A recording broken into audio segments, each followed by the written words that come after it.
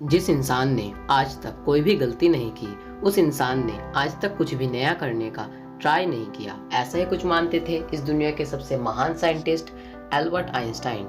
14 मार्च 1889 Germany के एक उल्व शहर में यहूदी परिवार में पैदा हुए सर एल्बर्ट आइंस्टाइन। उनके पैदा होते ही डॉक्टर्स ने नोटिस किया कि उनका सर नॉर्मली बच्चे के मुकाबले काफी बड़ा था और वह एक एबनॉर्मली बच्चे के रूप में जन्मे थे। इसी के बावजूद भी उनका दिमाग इतना तेज था कि आज तक उनका मुकाबला कोई नहीं कर पाया। आज 60 साल हो चुके हैं और आइंस्टाइन हमें छोड़कर जा चुके हैं, लेकिन आज भी साइंस उनकी थीसिस के बिना कमजोर है। तो यही वजह है कि आज हर कोई जानना चाहता है कि उनके दिमाग में आखिर ऐसा क्या था जो आज उन्हें इस मुकाम तक ले आया कि आज उन्हें दुनिया भर में ग्रेटेस्ट साइंटिस्ट के नाम से जाना जाता है। क्या उनके दिमाग में कोई सुपरनेचुरल पार्ट्स थी? आज हम अपनी इस वीडियो में इसी विषय के ऊपर चर्चा करेंगे। दरअसल जब एल्बर्ट आइंस्टाइन का जन्म हुआ तो उनका सर नॉर्मली बच्चे के मुकाबले काफी बड़ा था। नॉर्मली बच्चे 1 से 2 साल की उम्र में बात करना सीख जाते हैं, लेकिन आइंस्टाइन 4 साल की उम्र तक बिल्कुल भी बात बोल नहीं पाते थे। मगर एक दिन जब वह अपने माता पिता के साथ रात के खाने पर बढ़े, अचानक आइंस्टाइन ने कहा, सूप बहुत ही गर्म है। अपने बेटे को एकदम साफ बोलता सुन पेरेंट्स हैरान रह गए और खुश भी हुए। लेकिन जब बाद में आइंस्टाइन से पूछा गया कि अब तक तुम क्यों कुछ नहीं बोलते थे, तो आइंस्टाइन ने अजीब सा जवाब दिया कि अब तक तो सब ठीक था।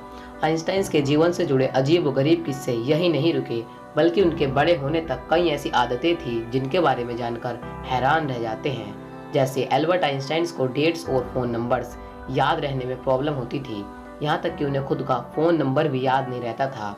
एक दिन उनका एक सहकर्मी ने उनसे उनका फोन नंबर मांगा तो आइंस्टाइन उनके पास रखे टेलीविजन डायरेक्टरी में अपना नंबर ढूंढने लगे।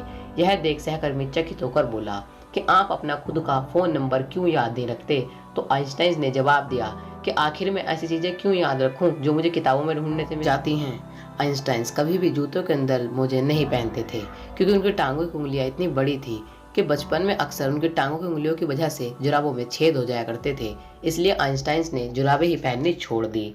यहाँ तक कि वे अपने जूतों के फीते भी दूसरों से बंधवाया करते थे क्योंकि उन्हें जूतों के फीते ही बांधना नहीं आता था। दोस्तों, आइंस्टाइन हमेशा से ही कहते थे कि मेरे अंदर कोई खास चीज नहीं है, पर मैं तो एक ऐसा इंसान हूँ जिसके अंदर क्यूरियोसिटी कूट कूट कर भरी हुई है।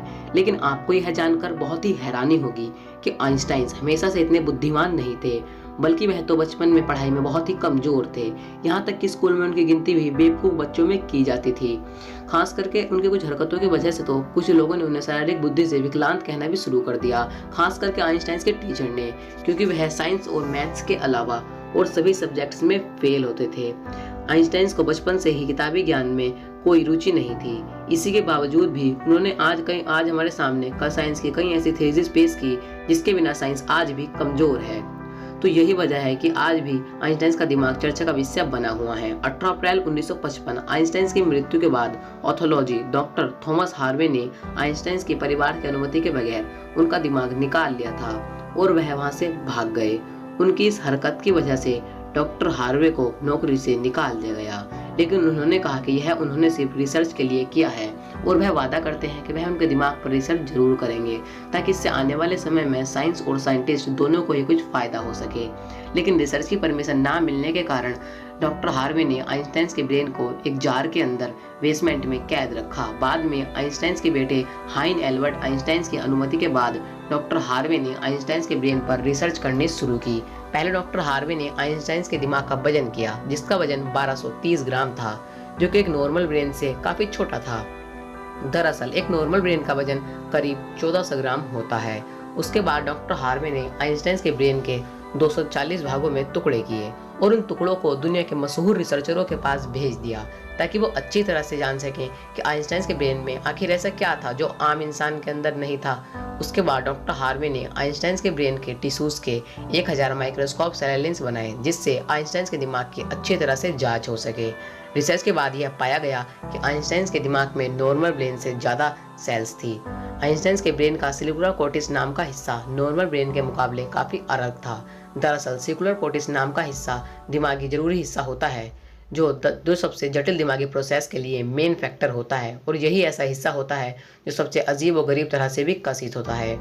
साइंटिस्टों का मानना है कि यही वजह थी कि उनका दिमाग इतना असाधारण सोचता था, और जब साइंटिस्टों ने आइंस्टाइन के ब्रेन का फोर्थल एग्जामिनेशन करना शुरू किया तो वह बिल्कुल हैरान रह गए कि उनके दिमाग में रिंकल फोर्थल पैरेलिटर मिसिंग है, जिसके कारण उनके पैरेलिटर लोब का साइज नॉर्मल ब्रेन से 20% ज़्यादा बड़ा था। साइंटिस्टों का कहना है कि यही वजह थी कि उनकी मैथमेटिकल स्किल और चीज़ों को इमेजिन करने की पावर नॉर्मल ब्रेन से कहीं ज़्यादा थी, और उनके दिमाग में न्यूरॉन्स की डेंसिटी 17% ज़्यादा थी, जिस वजह से उन्हें ज़्यादा ब्रेन पार्ट मिलती थी। साइंटिस्टों के मुताबिक इसी वजह से आइंस्टाइन का कंसंट्रेशन और दूरदर्शी था और उससे कहीं ज़्यादा थी। साइंटिस्टों का कहना है कि आइंस्टाइन के ब्रेन में ज़्यादा फोर्स थी, जो उनके इंटेलिजेंसी का और एक कारण था। आइंस्टाइन का ब्रेन 40 टुकड़ों में अमेरिका के फरीदा शहर के आज भी मटर म्यूजियम में प्रेजेंट किया गया है। दोस्तों, आज साइंस ने कितनी तरक्की कर ली है, लेकिन इसी के बावजूद भी आज भी आइंस्टाइन का ब्रेन एक पहेली बना हुआ है।